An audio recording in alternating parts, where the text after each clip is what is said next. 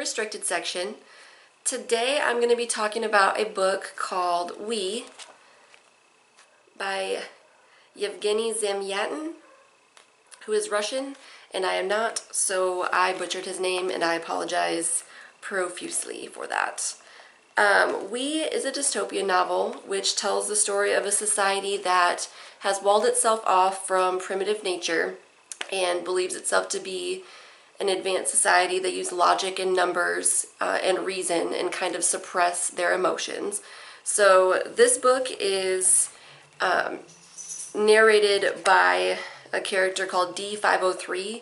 In this society, all the people just have numbers instead of names, and they're seen as just a larger part of the whole. So, as is true in most dystopian novels, obviously the whole is seen as being more important than the individual, so they're kind of all lumped in together. So D503 keeps a journal, and that's what this novel is supposed to be. It's the journal of D503 as he struggles. So this tells the story of, he starts out, being pretty well bought into the society, and he, seems to be fine with going along with it.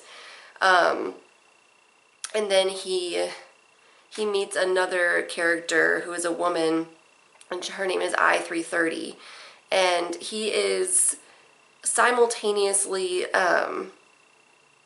very intrigued and excited by her, and he's also very repelled and disgusted by her because he can tell that she's not fully bought into this dystopian society, into this ideal. So one of the ideals of the society is that only through loss of freedom can you find happiness. So in this society, it's governed by a man called the benefactor, and they've got every single hour planned out for these people. They live in glass apartments, so every person can see into the apartment next to them, and the guardians or the government spies can also see into everyone's apartment. So, and they have every hour planned out. A bell rings to signify, the beginning of each different part of the day. And so this is supposed to bring people happiness, and everyone is supposed to, they're supposed to have cracked the perfect formula for happiness. D503 is building a spacecraft called the Integral, and the Integral is to take the way of this dystopian society to other worlds. And so that's the whole purpose for D503 writing his journal, is so that it can go to these other worlds and they can read it and understand what life is like for him in this society. And he is pretty condescending in certain parts of it when he's referring to these people who he, thinks of as primitives and savages, basically, because they haven't yet adopted the ways of this society, which are supposedly much, much more advanced. So, like I said, D503 is pretty well bought into the dystopian society until he meets I-330. And then things kind of go to shit for him. So he starts thinking for himself. He starts questioning the society in which he lives. And basically he's just intoxicated by this woman. So he finds himself involved in some subversive group, into some subversive activities. And almost gets out of the society.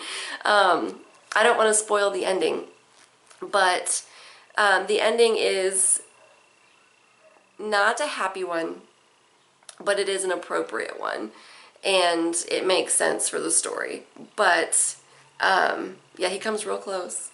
Real close. One thing that I thought was super interesting about this book, and that I really I liked the way that it was written. I liked the struggle, the internal struggle that D503 had throughout the course of the book, because he, like I said at the beginning, he was totally bought into it, and he, was really sold on his way of life. And then he meets this woman who kind of flips his whole way of thinking around, and he describes it as there being two of him. There's his old self, his sane, rational, normal self, and then there's his sick self. He sees it as being, mentally ill or mentally unstable, and it's more of a savage self, more of a primitive self, and that's the part of him that buys into I-330's ideals and that desires to be with her and that wants to break free and wants to be an individual and wants to feel like he's not just a number. So throughout the course of the book, you can see him struggling with himself, and you can see him identifying these two parts of him, these two selves that he has, and he's really trying to figure out which one is really him and which one he should go with. And so it's really, I really liked him grappling with that, and I really liked reading about that struggle. But I really, really liked this book. I gave it 5 out of 5 stars on Goodreads, which I'm really, really stingy about my 5 out of 5 stars ratings. So I really enjoyed this. And the reason why I wanted to read this was because this is said to be one of the main sources of inspiration for George Orwell when he was writing 1984. And as you guys know, that's my favorite book. So I thought I should definitely check this out, since that's like the grandfather of the, more recent dystopian novels. So I can absolutely see how this book influenced 1984. I definitely liked the protagonist. I liked D503 in We much better than I liked Winston in 1984. I don't know, I felt like D503 was a little bit ballsier than Winston, maybe. I'm not really sure. And I liked how in 1984 it starts out where Winston begins disillusioned. Like, he begins already knowing he's committed thought crime by keeping this journal. Whereas with D503, it begins and he's bought into it. Like, he's good to go with this whole, mind-washed society. Like, he's in it. But you can see his thought process begin to kind of blossom, and the endings of the books are similar. They're very similar, I would say. Both realistic endings, but yeah, I did really enjoy both, and like I said, I can definitely see how this book influenced 1984. So I'm really, really glad I read it. And an interesting fact about this book is that it was completed in 1921. It was published in the United States in 1924, but in Russia, or then I guess the USSR, it was not allowed to be published until 1988 because of the subject matter. So it was actually banned in the USSR at that time until 1988 when it was finally published. So I thought that was pretty interesting. So if you're into dystopian novels, or if you enjoy the book 1984, I think you should definitely check this one out. I thoroughly enjoyed it. So you can look for Sue and I to be posting our next video together on Monday. I believe that we're going to be doing our top 3 least favorite books, since we did a video about our top 3 most favorite. So you can be looking forward to that. I know I am looking forward to it. And if you enjoy watching our channel, please feel free to like, share, and subscribe. Thanks for watching.